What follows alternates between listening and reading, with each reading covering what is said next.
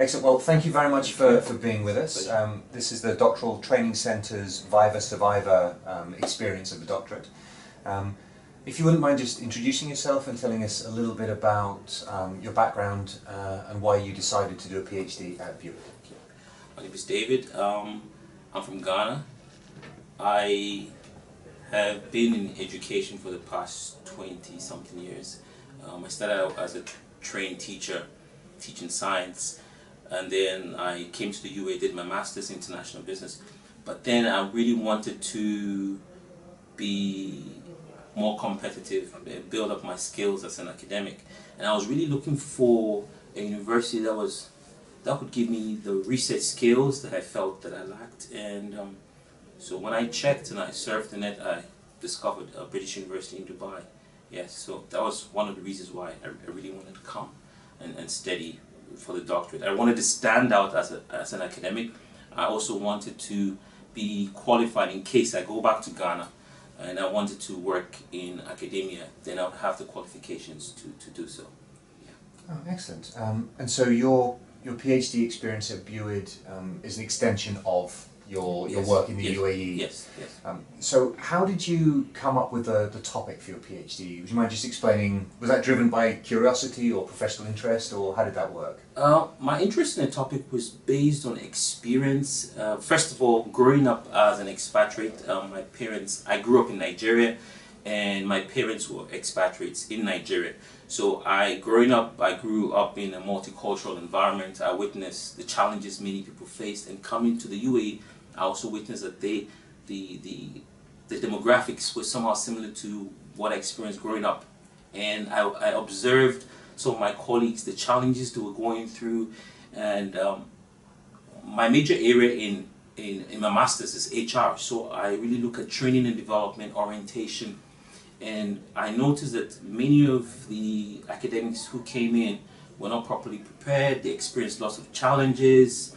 The orientation programs provided were inadequate. So I felt this was really a key area that was of interest to me. I really wanted to research more about it and see how best I could contribute to knowledge and provide some sort of, I don't know how to put it, some solutions, if I should put it, to some of the practical challenges people were experiencing.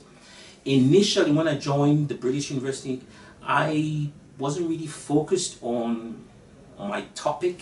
I was all over the place, but thanks to the professors, my DOS, they were able to steer me in the right direction. It was challenging, but eventually they helped me and guided me to really focus on this specific area. So they helped me out a lot. Can I ask, at what point in your doctoral journey did you start to feel comfortable that you had a topic? Like, how long did it take before you really felt like you knew what you were doing? I would say it was after the proposal defense. Before that, on many occasions I would feel lost. I remember one time calling my supervisor, my DOS, and telling her that I just wanted to quit, and then she told me no, keep going. It's normal to feel frustrated, it's normal to feel the stress. So that encouragement, but really to answer your question, it was after the proposal defense, and the feedback that I got from the panel gave me more confidence and made me believe that what I was doing was really contribution to knowledge. And even the areas where they critiqued me, it helped me. I didn't really look at it as a critique, I looked at it as an opportunity to further develop my thesis. So it was from that point that I can say I really realized that I had a good topic. But for the title itself, I could say it would maybe 2-3 months before the final thesis submission that I really said, all right, this is the title that I want to go up with. Yeah. Okay. So by the time you got through the proposal defense and you got to the Viva, what did you know about the Viva before you went into the room? Yeah, the proposal Viva or the final Viva? I was a little bit overconfident at the very beginning because I knew what I had researched and I knew the ins and outs of my thesis. But after I did the mock viva with my DOS, my supervisor, I realized, wow, it's not just about what you wrote or what I wrote. It's a little bit more than that. And so he gave me generic questions that I went through, and those questions were more reflective. See, it wasn't more about what were the results, but why did you do it? Why didn't you think of it this way? It was more about philosophy. It was more about the origins of knowledge. So before the mock viva, I just thought, I can do this. This is my work. So, but after the mock, I realized, wow, it's much more than what I had just written, but it's about the researcher himself and the processes he went through and his whole evolution, so to speak. Yeah. Mm-hmm. So you would recommend students go through mock vivas, go through practice? Yes, because I think by the time you finish collecting data, right, and you become really confident about what you've done, but you forget, I wouldn't say forget, but maybe you ignore the aspect of being able to present it to an audience and how to understand it. And I think it also depends on who your examiners are and what kind of questions they're going to ask you. Because, like I said, I thought they would say, okay, go to page 100, explain this paragraph. But it wasn't that. It was more of what was your role as a researcher? And I remember one question was about my positionality as an insider, outsider. I knew all of this, but this was all reflective. So I had not rehearsed, but I knew how I evolved and all that. But it kind of took me a little bit by shock because that's not where I was expecting the questions to come from. But because of the generic questions that I went through, it really helped me to be reflective and to really critique myself and evaluate myself as a researcher, how I evolved in terms of the source of knowledge, the origins, what I regarded as reality, the paradigms and the philosophy. Yes, I think it is important to do a mock viva. And also Dr. Christopher organized some kind of it was a viva training workshop that he explained sort of some of the questions and the expectations and the need for candidates to be calm and to be relaxed, and yeah, so it does really help a lot. Okay, so what, from your experience and your memories of the viva, how long did your viva take? Do you remember? I lost count, but I think it took about 2 hours. About 2 hours, okay.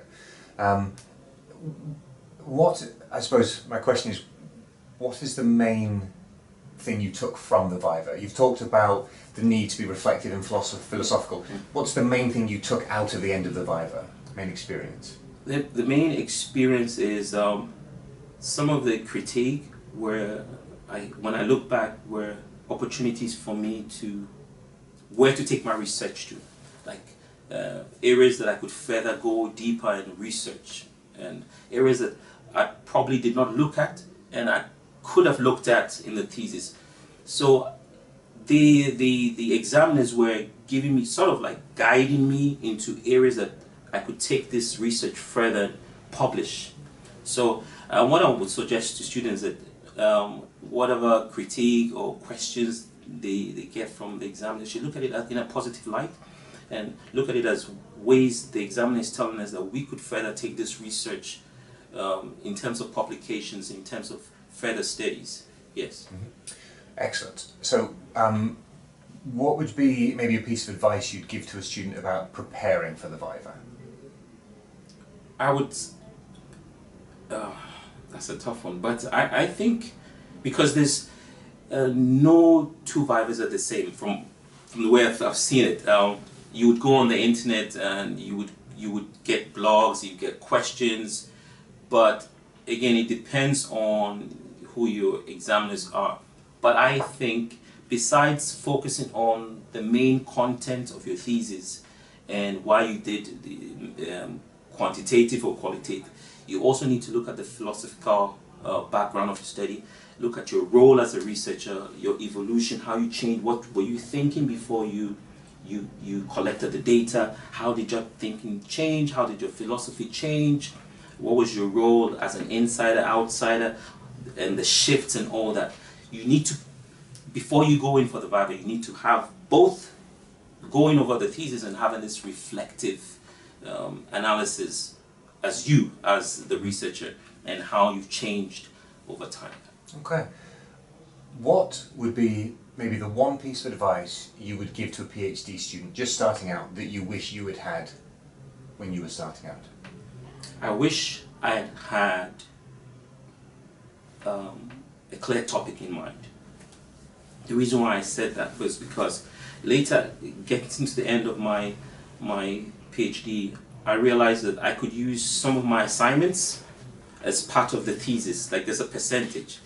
And because I didn't know that, all the assignments I did had nothing to do with my thesis topic, you know. So it's very good that from the very beginning, even if you don't have a very narrow or specific, if you have an idea of what your future topic is going to be, then when you're doing the assignments, it could involve some of these elements in your topic, so that by the time you get ready for the proposal, you've probably done enough literature review on the topic, and then when you're preparing the thesis, you could either pick sections of the assignments you wrote that could fit in your literature review. So it's very good to have a concrete, not a concrete, but an idea of what you want to research on from the very beginning, and then build on that. Okay. Did you publish during your PhD? Yes, I did. I published with colleagues at my workplace. That was also really helpful. They kept giving me feedback on my topic and other areas that I could add to it and stuff like that. So yes, I did publish. Actually, I published jointly, not alone. I think about 6 articles. Yes. Okay. My last question is, do you remember, because you graduated, or you finished your PhD and were awarded the doctorate relatively recently. Yes, please. Do you remember the first time somebody called you doctor? Or the first time you used it as a title? Yes, I do. And I don't know, it felt weird in a sense. Even after the defense, I mean, when they said congratulations, you've been awarded a doctorate, there was excitement, but it's a weird feeling. After 2 hours, you know, I felt happy, but it took time to sink in. Even to this day, it still takes time to sink in when people call you with the title doctor. I think it's a transition, and I think with time you get used to it. And yeah, so it's a whole journey and a transition for me. Okay, excellent. Thank you very much. Thank you.